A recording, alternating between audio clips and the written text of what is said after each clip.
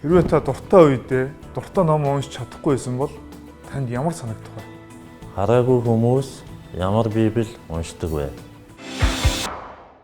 Аримчис нийгэмлэгийн алсын хараа болох Монгол туурхтан айл бүрт Бурхны үг бичмэл хэлбэрээр байж уншигдах боломжоор хангана гэдэг алсын харааны дагуу Монголын өрх бүрт ялангуяа хөгжлийн бэрхшээлтэй хараагүй иргэдэд зориулан бид нар Библи хийхээр зорж байна.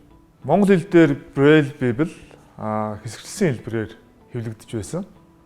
Харин манай нийгэмлэгийн хэрэгжүүлж байгаа төслийн хувьд бүтнээр нь Braille Библийг хэвлэхээр ажиллаж байна.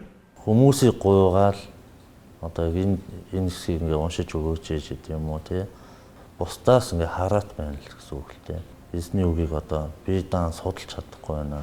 Яг тухайн хүн өөрөө яг ингээд биеэр ингээд гараараа мэдрээд ингээд уншаад тийм одоо давуу тал байна. Хин нэгэн хүн уншиж өгөхгүй л одоо өөрөө ямар ч нэг унших Библи учраас учир дутагдaltaй байгаад байна л да. Тийм учраас одоо энэ Braille Библи маань маш их ач холбогдолтой байна. Статистик мэдээгээр бол Монгол улсад нийт 16,600 орчим харааны бэрхшээлтэй иргэн байна. Ерөнхийдөө хүн хараагүй болсноор нэг олон боломжууд нь хязгаарлагддаг.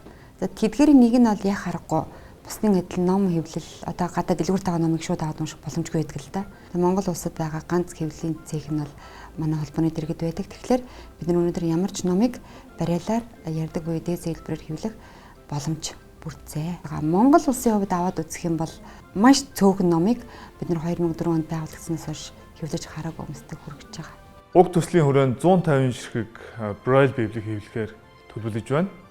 Хэвлэгдсэн даруйд бид нар 21 аймагт байдаг хараагүйчдийн үндэсний холбооны салбарууд руу бас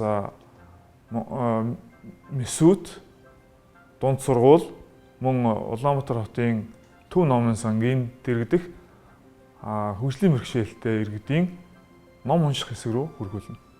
Өөр юм гэсэн яг Braille Библитэй болох юм бол маш сайхан байна. Хараагүй хүмүүст зориулсан Braille Библиэд хувь нэмрээ оруулцгаая.